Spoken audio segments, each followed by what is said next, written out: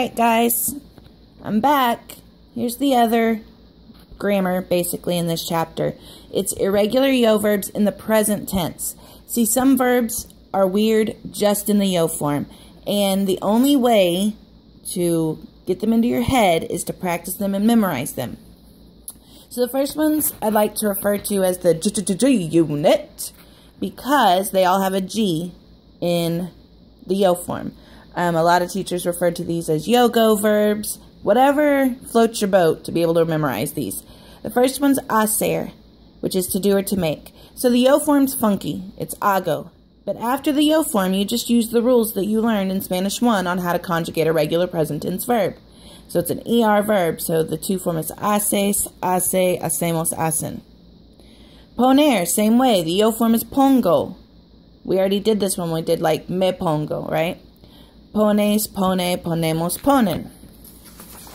Venir, which is to come, and it's an E to IE stem changing verb. So after the yo form, it's going to stem change. It's going to follow the boot.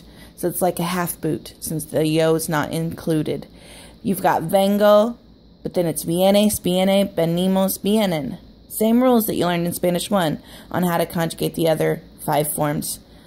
Traer, to bring. The yo form is traigo. That's T-R-A-I-G-O. Sorry, my handwriting's a little off. But then after that, you just take off the ER and add your ER endings that you learned in Spanish 1. Traes, trae, traemos, traen. Salir, the yo form is salgo. Then sales, sale, salimos, salen. Decir is digo. It's an E to IE. I'm sorry, it's an E to I stem changer as well. So the yo form is digo, and then you have dices, dice, decimos, because we don't stem change nosotros, and then dicen. Tengo comes from tener. You should already know this, but it is an irregular yo verb that's E to IE stem changing. So tengo, tienes, tiene, tenemos, tienen.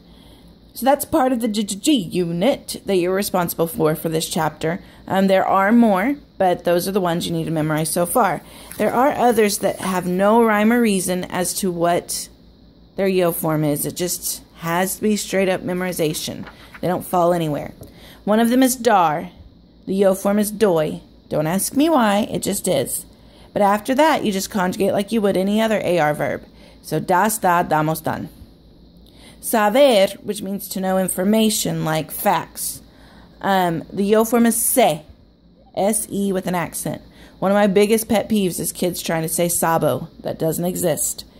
After the yo form, though, just take off the ER and add your endings like you've been doing forever. Conocer is to know people or places, to be familiar with something. So the yo form is conozco. Notice the Z. But then after that, you just conjugate like you would any other ER verb. So yes, the big key here is to memorize these verbs.